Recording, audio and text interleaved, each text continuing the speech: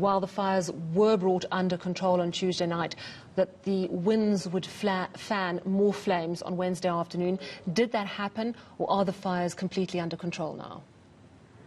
Okay, the current situation is that we were extremely lucky in that we did have, as expected, there was a number of flare-ups that occurred during the afternoon. But luckily, the weather conditions was not quite as severe as what we were predicting that they would be, and we managed to contain the flare-ups very, very quickly with the help of the local fire protection associations and working on fire teams that's on the ground currently. However, we do still have some active fires that was active later in the afternoon in the Northern Cape area. Those were contained and brought under control. We still sit with a very similar problem as what we had when we started off this morning, and that is that we sit with massive fire lines, and we need to be doing mop-up and fully extinguishing any hotspots that remain. That situation is still current.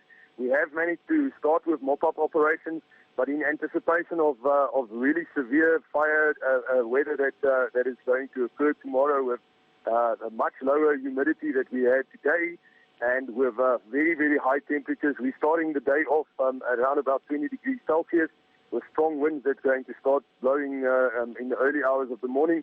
So we are prepared for far more active fire flare-ups and that is potentially going to occur.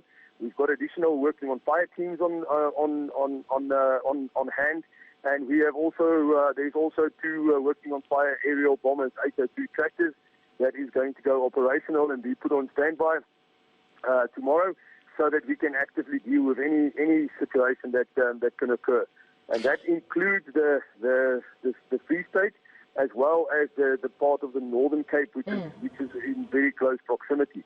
So we are dealing with it as a single incident, although right now we deal with a number of different fires and fire lines that we have managing from one side, or from one single point. The massive fire lines that you talk about, I would imagine that's because there's such an extensive area. The acting premier telling our reporter, Aviwe Mtile, they estimate, and it could be more, we don't know, 50,000 hectares. Now, it's very hard to get our heads around, especially those of us who live in the city, but am I correct that 1 hectare is the size of an average sports field? So 50,000 hectares is just enormous. Yes, as a matter of fact, a hectare actually is a hectare is 100 meters by 100 meters square.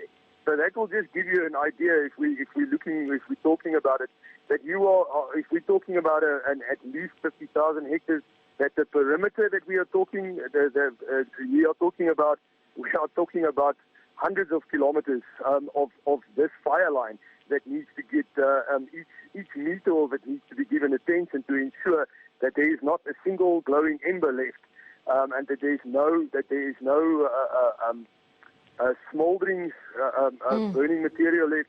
As soon as the wind turns or shifts, it's possible that even the smallest of these sparks can reignite, and then we're back again to the races with active fires that's busy burning and spreading very, very fast. So it's an enormous operation that needs to be done. Yeah, so, I mean, as you say, on Wednesday the weather spared you a little, but Thursday's weather is of great concern. Very quickly, could you update us on the human casualties? We know a lot of livestock has perished in this fire, but we also know that there was one person in hospital.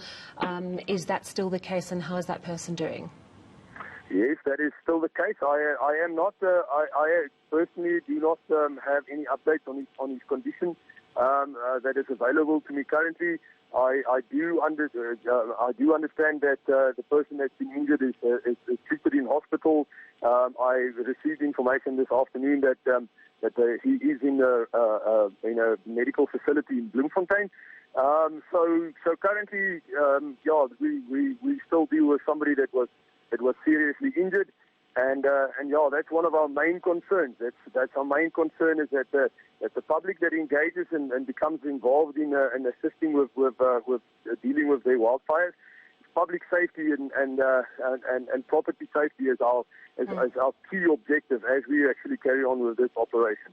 Thank you so much for that update. That was Johann Breytenbach, the General Manager of the Free State Umbrella Fire Protection Association.